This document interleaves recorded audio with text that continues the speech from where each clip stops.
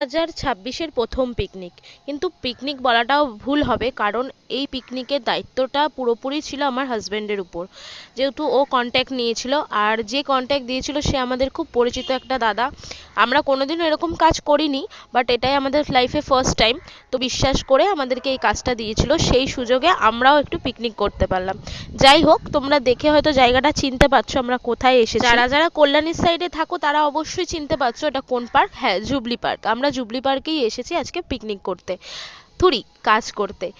কাজও হবে, আনন্দও হবে, আর যেহেতু আমাদের সবাই চেনা পরিচিত, তো চলো আজকে তোমাদেরকে দেখাই যে আমাদের পিকনিকে কি কি হচ্ছে। চলো এখন যাওয়া যাক পিকনিক স্পটে। এটা হচ্ছে আমাদের রান্নাবান্নার জায়গা। তোমরা দেখতেই পাচ্ছ দুপুরে রান্নাবান্না চলছে। সকালে টিফিনটা হয়ে গেছিলো, আমি একটু লেট করেই ঢুকেছি। প্রচণ্ড ঠান্ডা ছিল সেদিন, কোনো রকমের কোনো রোদই দেয়নি। যাই হোক, আমাদের পিকনিক স্পটটা তোমরা দেখতে পাচ্ছ কতটা সুন্দর একটা স্পট দিয়েছে। কেউ কেউ বসে গল্প করছে, কেউ আড্ডা দিচ্ছে। তো চলো আমাদের দাদা কি বলছে আমরা একটু শুনে নিই। তুমি আজকে কাজ করে কেমন মজা পেলা বলো? আমি হ্যাঁ বলো। আমি ভালো মজা পেয়েছি। আমাদের দাদা আজকে এখন পাপড় বাজছে। তোমার নাম কি গো? কৌশিক সাহা। না কি যেন বলে সবাই ফেমাস রামদি।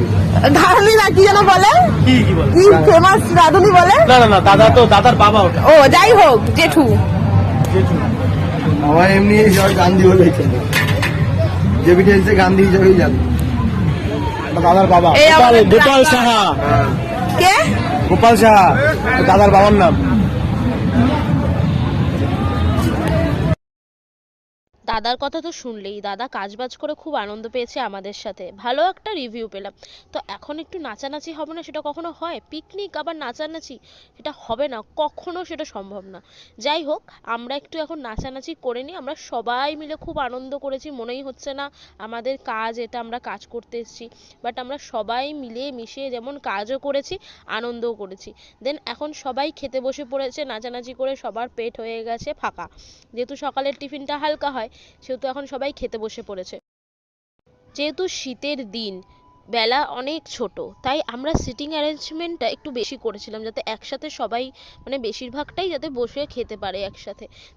পিকনিক মানে কি সবাই একসাথে বসে খাওয়া দাওয়া করবে, সেই জন্য সিটিং অ্যারেঞ্জমেন্টটা বেশি করে করা, যেহেতু অনেক ছোট ছোট বাচ্চারা আছে। তো চলো এরপর আমি তোমাদেরকে শোনাবো যে আমাদের ফুড রিভিউটা, মানে খাবার দাবার কেমন হয়েছিল। আমাদের এখানে যারা পিকনিকে এসছে তার মধ্যে একজন দাদা আছে যে আমাদের খুব সুন্দর রিভিউ দিয়েছে। তো চলো তার কাছেই যাই, দেখা যাক সে কেমন আমাদের খাবারের রিভিউ দেয়, সেটাও তোমাদের সাথে। ভালো হয়েছে এবং মাছটা স্পেসিফিক্যালি খুব ভালো।